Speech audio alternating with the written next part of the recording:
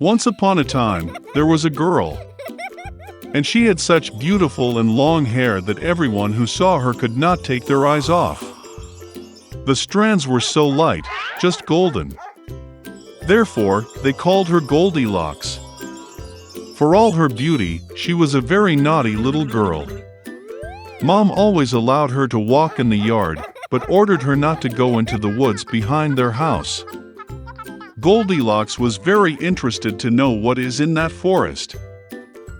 And so, while Mother did not see, she somehow left the house into the forest. The girl walked for a long time in the forest.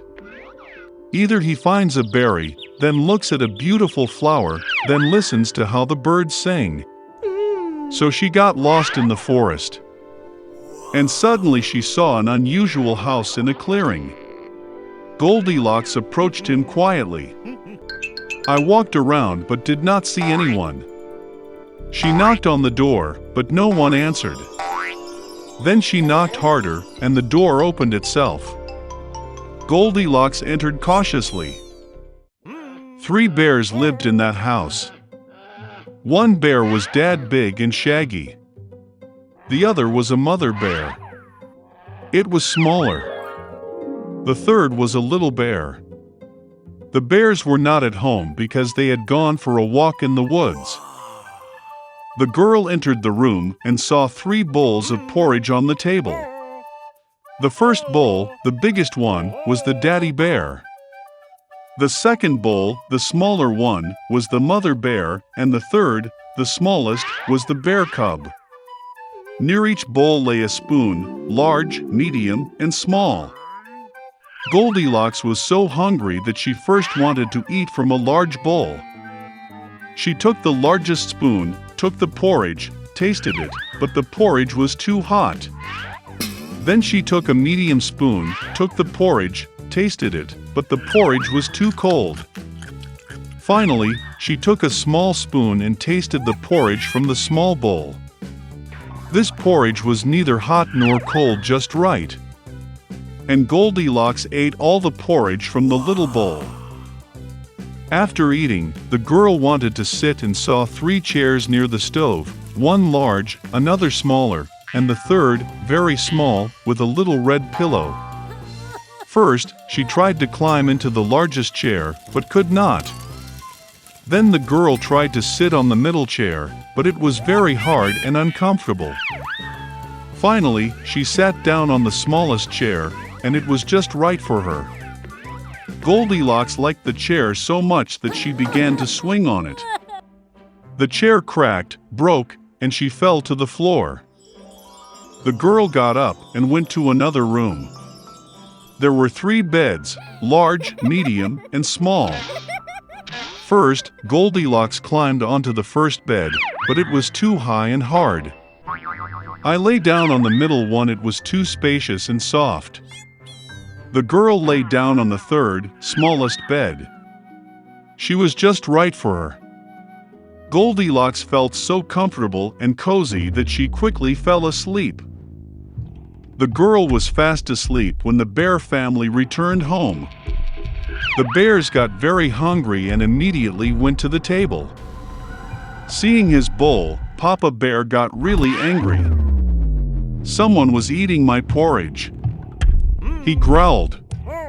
The bear mother also looked into her bowl and growled less loudly. Someone was eating from my bowl too. And the bear cub, seeing his empty bowl, cried loudly. Someone didn't just eat from my bowl, he ate all my porridge. The bears smelled something was wrong, left the table, and began to look around. Daddy Bear noticed that someone moved his chair and growled in a terrible voice. Someone was sitting on my chair. The bear mother looked at her chair and complained. Someone was sitting on my chair and moved it from its place. And then, the bear looked at his broken chair and again cried loudly. Someone did not just sit on my chair, but broke it. All 3 bears went cautiously into the bedroom. Someone was lying on my bed and crumpled it. Papa Bear roared in a terrible voice. And someone was lying on my bed too and crumpled it, growled the mother bear. The teddy bear looked at his bed and cried again, "Someone was lying on my bed."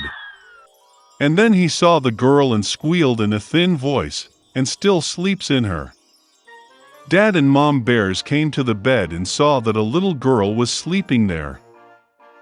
Goldilocks woke up from the cry of a bear cub, and was very frightened. There were 3 bears in front of her. She instantly jumped out of the house and ran wherever her eyes looked, without looking back. The girl ran for a long time. She was very tired, and then she saw her mother, who was looking for her missing daughter in the forest. Since then, Goldilocks always listened to her mother and did nothing without her permission.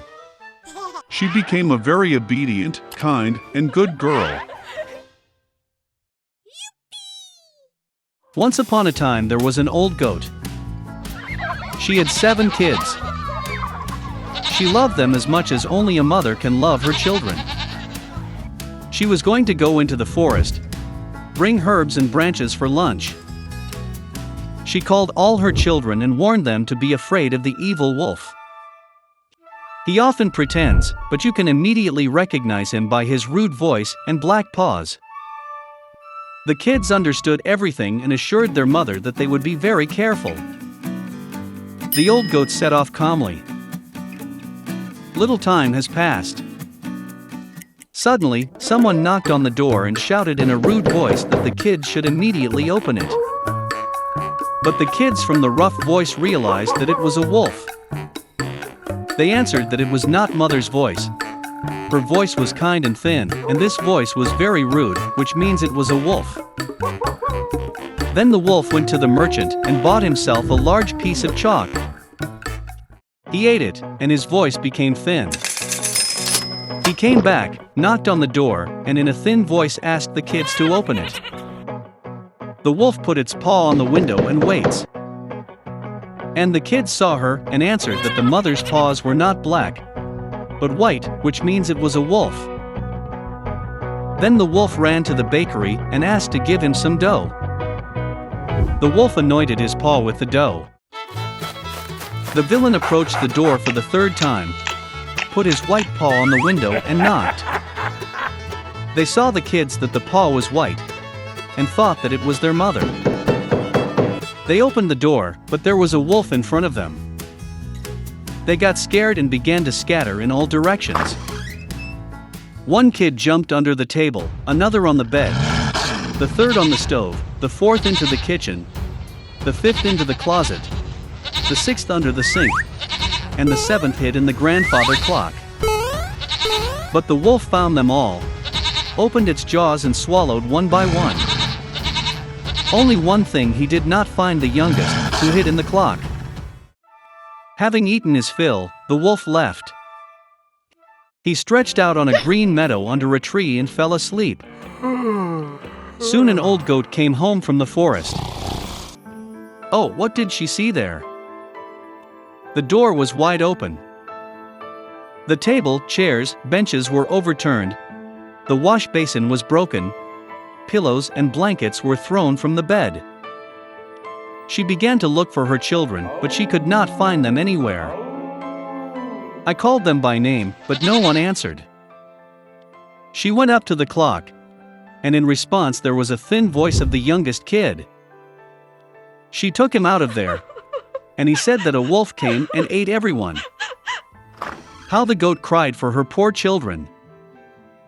Finally, she left the house, and the youngest kid ran after her. She came to the meadow, so a wolf was lying by the tree and snoring, so that the branches were trembling. She looked at him from all sides and saw that in his swollen belly something was moving and floundering. She guessed that these were her children, and was very happy that they were still alive. She told the kid to run home as quickly as possible and bring scissors, a needle and thread.